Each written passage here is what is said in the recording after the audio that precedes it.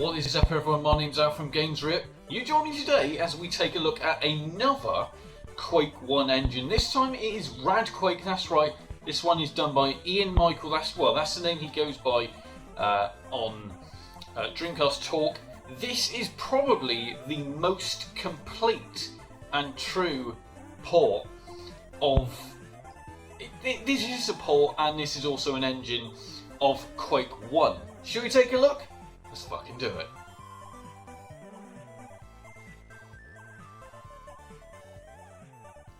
So this is it, guys. This is Radquake, the Quake engine 5.0. That's right. This is created by Ian Michael. That's right, Ian Michael, who is very much proactively all over Dreamcast Talk. Now, obviously, I've been speaking to Ian Michael very much since I have been involved in a kind of way in the After the Fall project. And when I mean involved, I just mean I've been showing it off. Anyway, so this is it. This is the shareware version. Bearing in mind, this engine will also work with the full version of Quake if you've actually got the physical Quake 1 CD-ROM.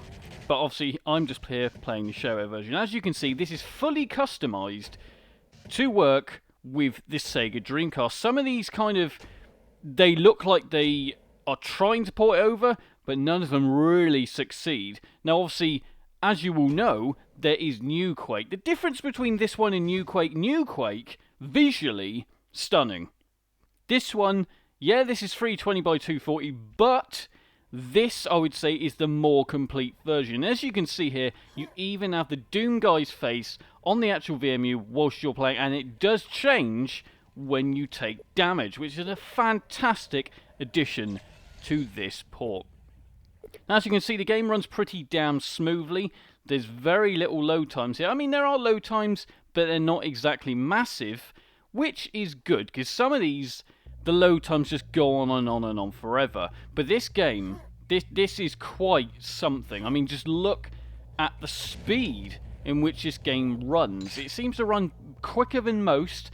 Like I said, I'm pretty sure New Quake, this one, they both have their own sort of identity. Like I said, this one is, I'd say, more a true port, a more complete port, and New Quake is just I'd say, a visually more appealing product.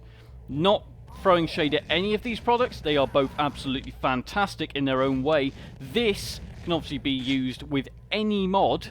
I'm not 100% sure if that's the case with New Quake. It might be able to. I'm not 100% sure. But that's one of the selling points of this. And like I said, this, as you can tell, this is clearly the PC version being played on the Sega Dreamcast.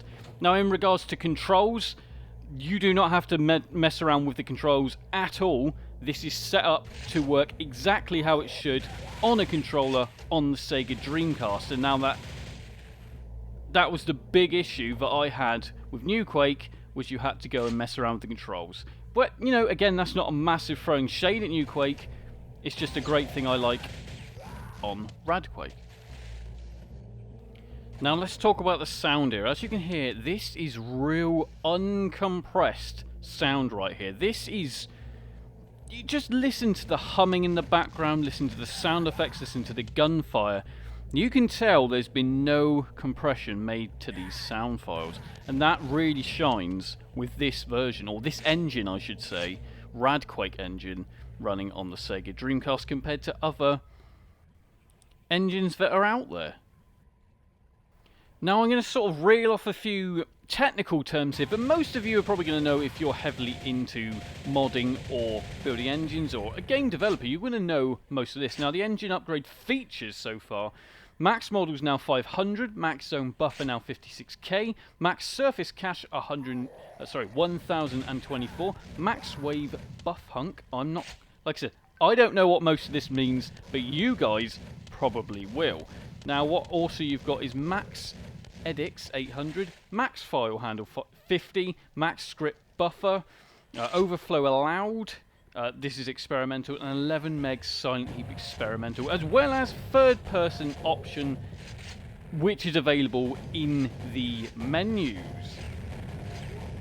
Like I said, I'm not a developer, so I'm not really going to be able to sort of this is going to sound silly. I don't necessarily know what all of that means, but as you can clearly see, the game runs well, it looks great, it plays great, the sound's incredible, and that's the thing that's going to sell it to the mass audience. Don't get me wrong, if you are a developer or you are wanting to use a Quake engine, this is definitely one to keep an eye on.